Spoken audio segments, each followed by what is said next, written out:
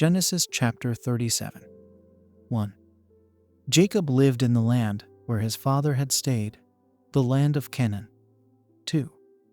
This is the account of Jacob's family line. Joseph, a young man of 17, was tending the flocks with his brothers, the sons of Bilhah and the sons of Zilpah, his father's wives, and he brought their father a bad report about them. 3. Now Israel loved Joseph more than any of his other sons, because he had been born to him in his old age, and he made an ornate robe for him. 4. When his brothers saw that their father loved him more than any of them, they hated him and could not speak a kind word to him. 5. Joseph had a dream, and when he told it to his brothers, they hated him all the more. 6. He said to them, "Listen to this dream I had." 7.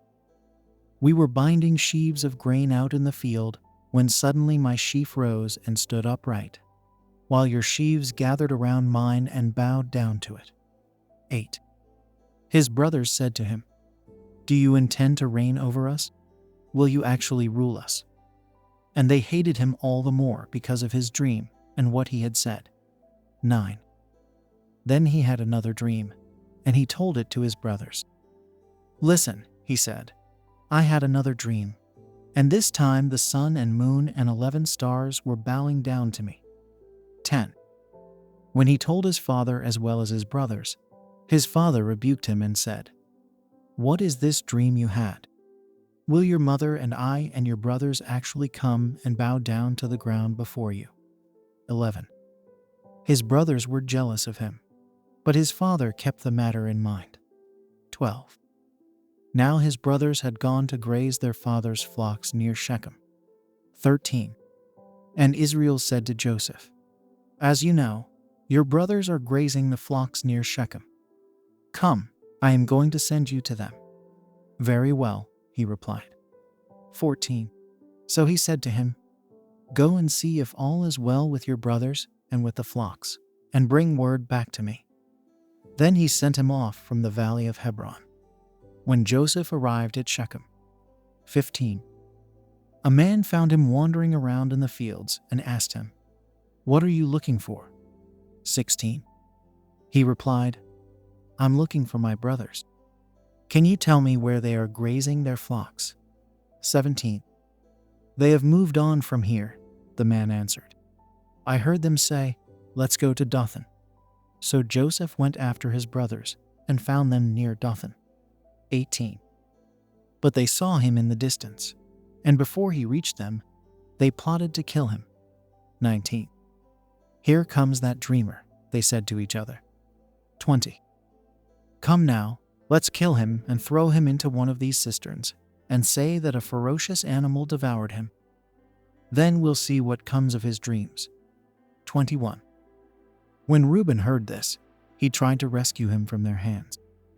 "Let's not take his life," he said. 22. "Don't shed any blood. Throw him into this cistern here in the wilderness, but don't lay a hand on him." Reuben said this to rescue him from them and take him back to his father. 23. So when Joseph came to his brothers, they stripped him of his robe, the ornate robe he was wearing. 24. And they took him and threw him into the cistern. The cistern was empty. There was no water in it. 25. As they sat down to eat their meal, they looked up and saw a caravan of Ishmaelites coming from Gilead. Their camels were loaded with spices, balm, and myrrh, and they were on their way to take them down to Egypt. 26. Judah said to his brothers, "What will we gain if we kill our brother and cover up his blood?" 27. "Come, let's sell him to the Ishmaelites and not lay our hands on him. After all, he is our brother, our own flesh and blood." His brothers agreed. 28. So when the Midianite merchants came by, his brothers pulled Joseph up out of the cistern and sold him for 20 shekels of silver to the Ishmaelites, who took him to Egypt. 29.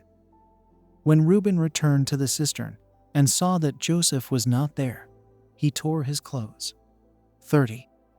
He went back to his brothers and said, The boy isn't there. Where can I turn now? 31. Then they got Joseph's robe, slaughtered a goat, and dipped the robe in the blood. 32. They took the ornate robe back to their father and said, "We found this. Examine it to see whether it is your son's robe." 33. He recognized it and said, "It is my son's robe. Some ferocious animal has devoured him. Joseph has surely been torn to pieces." 34. Then Jacob tore his clothes, put on sackcloth, and mourned for his son many days. 35. All his sons and daughters came to comfort him, but he refused to be comforted. "No," he said, "I will continue to mourn until I join my son in the grave." So his father wept for him. 36. Meanwhile, the Midianites sold Joseph in Egypt to Potiphar, one of Pharaoh's officials, the captain of the guard. Thank you for listening to the Word of God. To God be the glory.